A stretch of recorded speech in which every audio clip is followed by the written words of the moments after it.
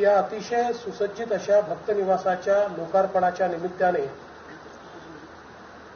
श्री विठ्ठलाचं दर्शन घेण्याची संधी मला मिळाली. यापूर्वी देखील अनेक वेळा ही संधी मिळाली होती, पण आषाढीच्या दिवशी या ठिकाणी याची मनापासून इच्छा असताना देखील आमच्या सामान्य वारकऱ्यांची या ठिकाणी गैरसोय होऊ नये, त्यांना अडचणी येऊ नये आणि कुठल्या तरी आंदोलनामुळे या ठिकाणी घबराट पसरून जर एखादी दुर्घटना झाली तर इतिहास कधीच आपल्यापैकी कोणालाही माफ करणार नाही. या भावनेतनं मी सांगितलं की मी आषाढीला पंढरपूरला येणार नाही, पण माझा विठ्ठल ठाई ठाई आहे. जसा तो पंढरपुरात आहे तसा तो माझ्या घरी देखील आहे. आणि त्यामुळे मी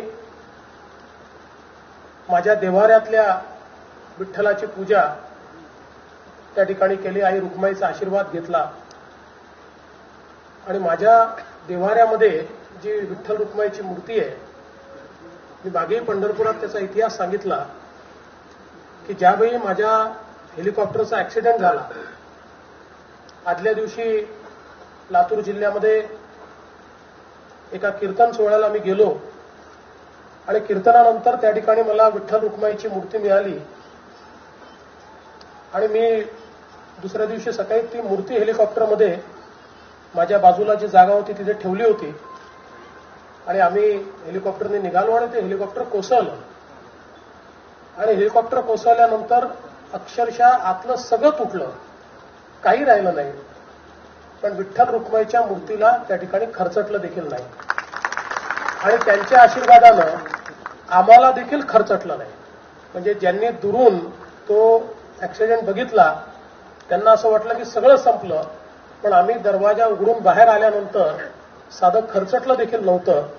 आणि त्यामुळे हा जो विठ्ठल रुक्माईचा आशीर्वाद मला प्राप्त झाला, ती मूर्ती माझ्या देव्हाऱ्यात मी ठेवली आणि त्याची नित्य पूजा रोज मी करतो. त्यामुळे जरी मला आषाढीला इथे येता आलं नाही तरी देखील विठ्ठलाने मला तिथे आशीर्वाद दिला, पण कुठेतरी मनामध्ये एकदा जाऊन हा आशीर्वाद घेतला पाहिजे ही भावना होतीच. आणि ज्या प्रकारे दादांनी सांगितलं, आम्ही मराठा आरक्षणाचा प्रश्न सोडवल्यानंतर दादांनी माझं अभिनंदन केलं आणि पहिली गोष्ट मला जर काही म्हटली असेल तर म्हणाले की चला आता आपण पंढरपूरला जाऊन दर्शन घेऊ.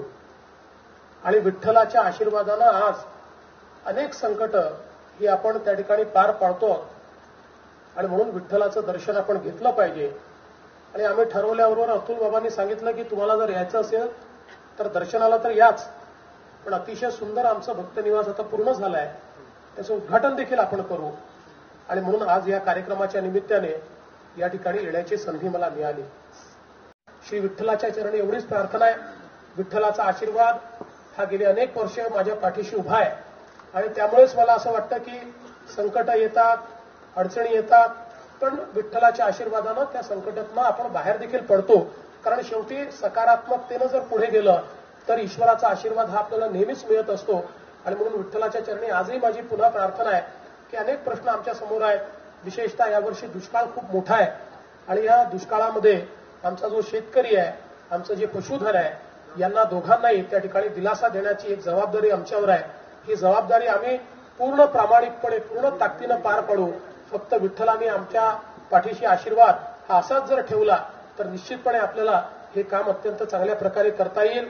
आणि या निमित्ताने मी विठ्ठलाचे आशीर्वाद या ठिकाणी मागतो आणि हा विश्वास व्यक्त करतो की हा आशीर्वाद आम्हाला मिळेल.